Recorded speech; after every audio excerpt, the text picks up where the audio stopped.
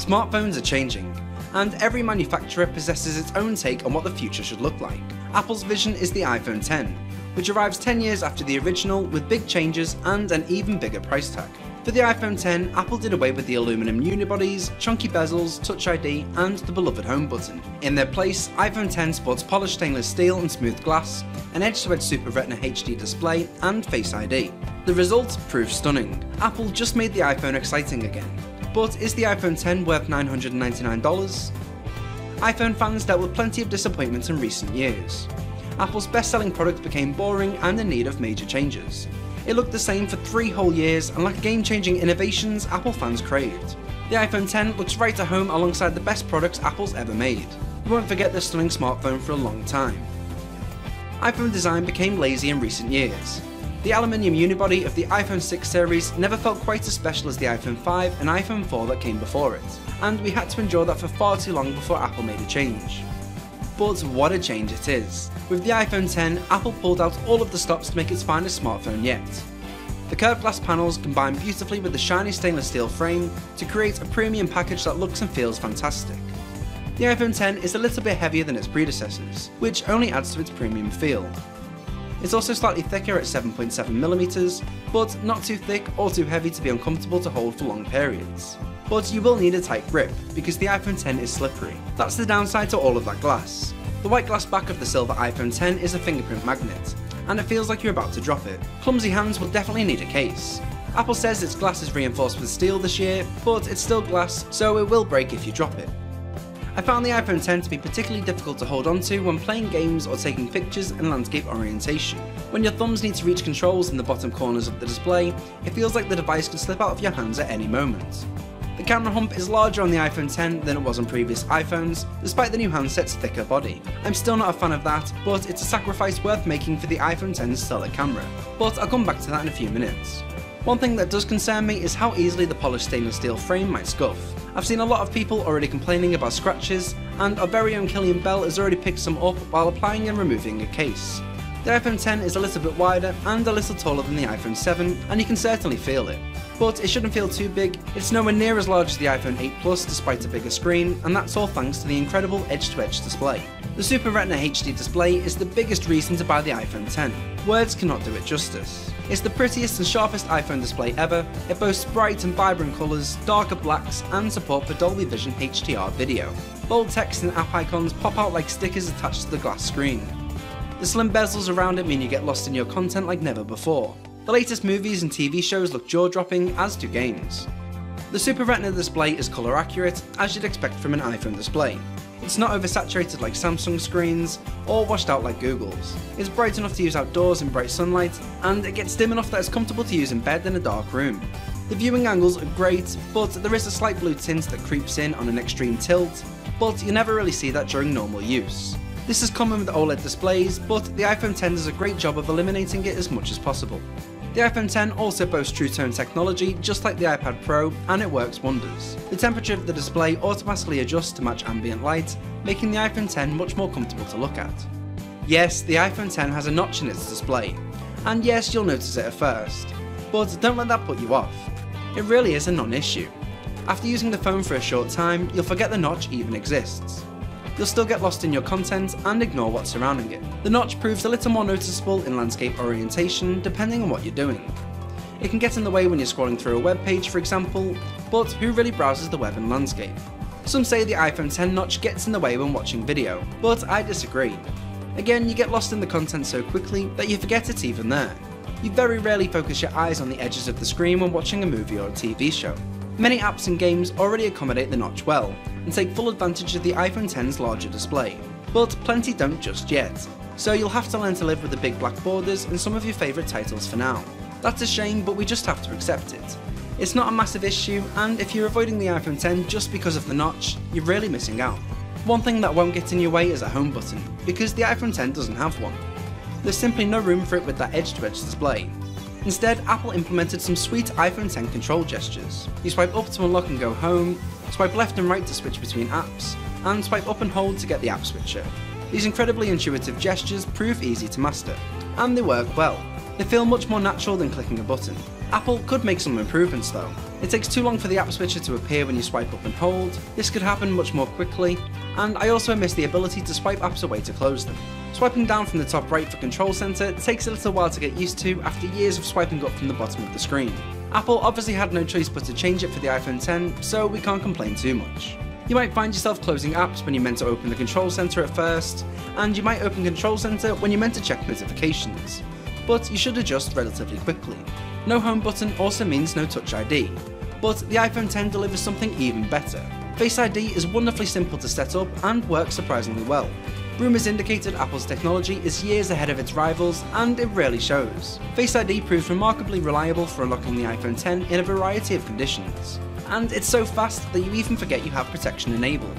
When Face ID is used properly, and it can identify you in an instant, you don't even know it's working. You pick up your iPhone, and by the time you swiped up to access the home screen, the unlocking process is already complete. Occasionally it does take a little bit longer and you see the Face ID animation, but it's never slow, and it very rarely fails to work at all when you're looking at your iPhone properly. I'm delighted with how well it worked for me over the past 3 days. Face ID is significantly more secure than Touch ID, and it has other advantages. It works perfectly well in the dark, or when you're wearing glasses or a hat, and unlike Touch ID, it even works when you're wearing gloves or your hands are wet. I've used Face ID a lot, both indoors and outdoors, and it's been terrific. The technology behind Face ID also allows for Animoji, the animated emoji characters that mimic your facial expressions. They're really fun to make, and I've sent more than I care to admit over the past weekend. My friends and family must be sick of seeing them by now. Right now you can choose from 12 characters, the monkey's my favourite, and Apple will likely add more to keep Animoji fresh. But I suspect the novelty will wear off eventually. I think we'll quickly get bored of them in the same way that we got bored of live photos, but maybe I'm wrong. The iPhone X packs Apple's brand new A11 Bionic chip, which made its debut in the iPhone 8 back in September. Apple says its quad-core processor is up to 70% faster than last year's A10 Fusion, while its graphics are up to 30% faster. This isn't immediately obvious because the iPhone X just feels like my iPhone 7 did in everyday use. And that's not a bad thing. The iPhone 7 still performs excellently, but it will take time to notice performance improvements. When developers create new games that take advantage of the additional power, that's when we'll really notice. iOS 11 itself is just as smooth and snappy as you would hope, and it feels a little less buggy on the iPhone X, though that could be a result of Apple's latest update. Multitasking, taking pictures, recording 4K video, and just about everything else you might throw at this phone are all effortlessly carried out. It's still too early for me to decide how good battery life is on the iPhone X, so I'll describe how it's been over the past 3 days. Apple says the device should run 2 hours longer than the iPhone 7 in between charges, and I found it's definitely better, but not by much. I charged my iPhone X to 100% when I received it around lunchtime on launch day. I used it heavily after that, testing performance and just being in awe of its display. In the evening, I topped it up again when the battery dropped below 20%. I unplugged it around 8 AM the second day and used it a little less because I had other things to do. However, I used it to stream Apple Music quite a bit throughout the day. Battery lasted all day with no problems, but fell to less than 20% by the time I got to bed around 11 PM. On the third day, I unplugged the iPhone X around 9 AM, used it as I would normally use my smartphone throughout the day, and still had less than 20% battery when I went to bed around midnight. You're going to get a full day's use out of this phone if you're not on a Netflix binge or gaming for hours on end, but you won't get a great deal more than that. Fortunately, the iPhone X supports fast charging, so when you do need to top up, it's much faster than before, assuming that you're using the proper charger. Apple says you can get around 50% of power in just 30 minutes. It's ideal if you're topping up after work in preparation for a long night out. The iPhone X also supports wireless charging, and it's about time. It's not as fast as charging by cable, but it's far more convenient. When you don't need to power quickly, placing your iPhone down on a charging mat is the simplest way to charge it. Apple never lets us down when it comes to camera performance. The iPhone X supports dual cameras like the iPhone 8 Plus, but they're slightly better here. One is a 12 megapixel wide-angle lens with an f1.8 aperture, and the other is a 12 megapixel telephoto lens with an f2.4 aperture. Both utilise optical image stabilisation. The result is beautiful photos and videos in almost all lighting conditions. You can expect great detail, contrast and colour, and some of the best zoom photos you can take on a smartphone. Optical image stabilisation for that telephoto lens makes a real difference here. It also helps to improve photos taken in low light. Images taken in darker settings without flash come out brighter and include less noise. Apple improved its LED flash for the iPhone X, so you should expect better results. However, I always think it's still best to avoid using the flash if possible. 4K video captured by the iPhone X looks spectacularly good. and slow-mo videos can now be recorded at 240 frames per second in 1080p. Portrait mode, which uses the iPhone X's dual cameras to create depth of field effects similar to a DSLR camera, can produce impressive pictures. Some of the photos I've taken look spectacular, while others just make the subject so fuzzy around the edges that they're not worth keeping. Apple can improve this with software, and I'll continue to use it, but I expected better results. The iPhone X's stage lighting effect also disappointed me. It's great when it works, but it often leaves parts of the background exposed or black bits out of your subject. It's still in beta, however, so Apple will be working to improve it. Portrait photos taken with a front-facing camera can also turn out great despite just one lens.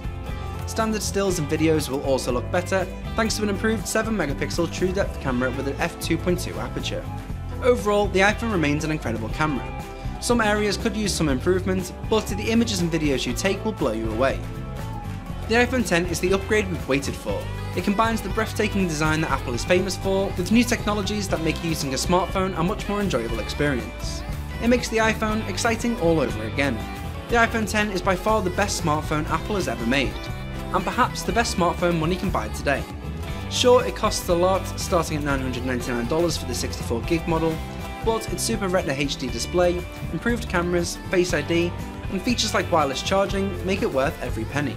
If you can't afford one right now, don't buy a cheaper phone, stick with what you have until you can.